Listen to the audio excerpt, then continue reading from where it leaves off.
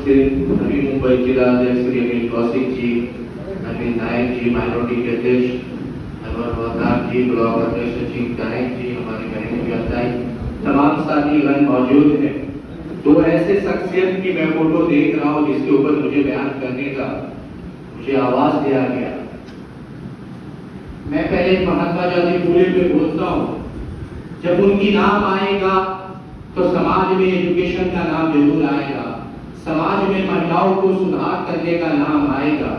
ज्योतिराव फूले हो, सावित्रीबाई फूले हो, इन्होंने जिस तरह से समाज में उस वक्त बदलाव लाया जब समाज में दलित को, महिलाओं को कोई सम्मान नहीं था, उन्हें घर से निकलने नहीं दिया जाता था, एजुकेशन की दूर की बात है। तो उस वक्त एक और महिला थी जो इतिहास के पन्नों से गायब किया गया। आपको जानना पड़ेगा, एक शेख फातिमा भी थी, उनका नाम भी हमें याद करना पड़ेगा।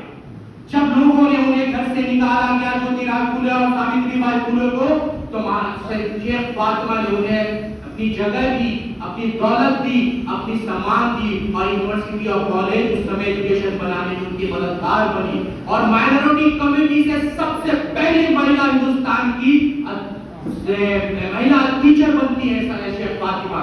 पर इतिहास के पन्नों से कुछ लोगों को गायब किया जा रहा है। मैं आज आपसे कहता हूं कि इतिहास को पढ़िए, कल ये इतिहास नहीं मिलेगा।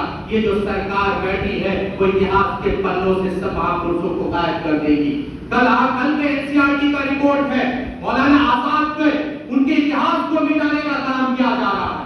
मौलाना आजाद कोई माइनॉरिटी के नहीं थे, देश के फ्रीडम फाइटर थे। उन्होंने एजुकेशन, पहले एजुकेशन मिनिस्टर थे, जो इस देश के लिए कितनी आजादियों में, जेल के सलाखों में गए, अंग्रेजों की लड़ाइयां खाई, आज उनको इतिहास के पन्नों से गायब किया जा रहा है।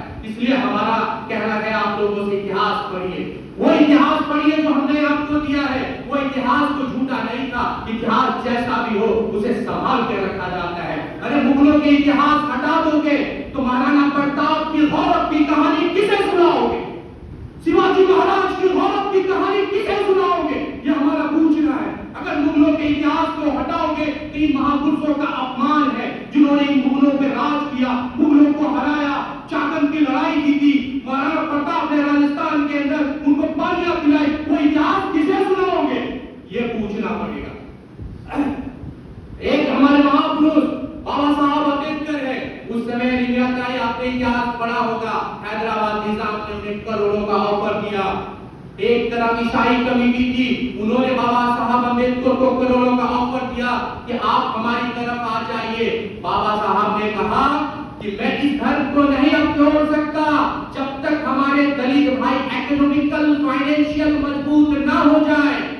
अरे मैं एक लाइन याद आता है, जब से इस सफर में हम सफर अजनबी से लगते हैं, इस सफर में हम सफर सब अजनबी से लगते हैं।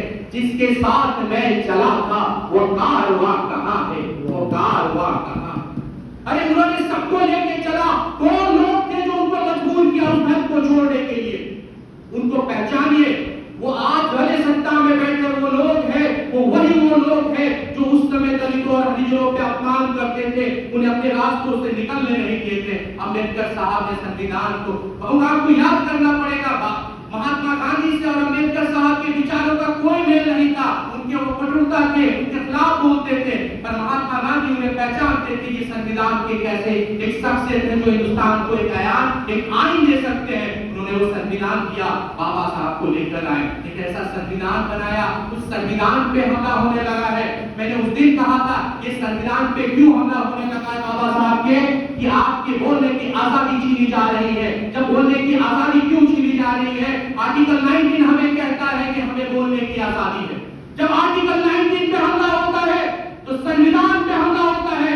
जब संविधान पे हमला होगा तो ये लोकतंत्र पे हमला होगा। मैंने उस दिन भी कहा था, आज भी कहता हूँ, बाबा साहब के अम्बेडकर के संविधान को रद्द करने का, उसे बदलने का काम कोई कर रही है तो दिल्ली में बैठी हुई सरकार कर रही है। तो इतिहास को आज आपको बचाने का वक्त है, बाबा साहब के संविधान को बचाने का वक्त है। आपको आवाज उठाना पड़ेगा, चाहे वो कोई सा भी मंच हो। अपनी आवाज को बुलंद करिए। दिल्ली में बैठी हुई सरकार बहुत मजबूत है। अभी आपने आपको एक बात बताता हूँ, अभी सुप्रीम कोर्ट का एक डिसीजन सुना होगा। एक मीडिया अगर टीवी 1 केरला का, उसे बंद कर दिया गया था क्योंकि सरकार के खिलाफ बोल रही थी। सुप्रीम कोर्ट ने बोला कि तुम्हारे खिलाफ अगर कोई आवाज उठाए तो उस मीडिया को तुम बंद नहीं कर सकते। उस मीडिया के लाइसेंस को सुप्रीम कोर्ट ने रिवोक किया और उसने आवाज बुलंद करना शुरू किया है। जो हिंदुस्तान के खिलाफ जो मीडिया को खरीदते हैं या बेच देते हैं, वो खरीदने का काम ये दिल्ली की सरकार कर रही है। तो मीडिया को बचाना होगा, लोकतंत्र को बचाना होगा, जुडिशरी को बनाना होगा। ये ईडी सीबीआई की सरकार नहीं चला सकते जब तक आप मजबूत नहीं होते हैं। तो आप सारे कांग्रेस के साथियों, एक वक्त आ चुका है, बाबा साहब अम्बेडकर का फोटो सामने है, उनका प्रण लीजिए और फिर से एक हो जाइए और हमें संविधान को बचाने में अपनी मदद कीजिए। इन्हीं बातों के साथ मैं अपनी बात को खत्म करता हूँ। जय हिंद, जय महाराष्ट्र।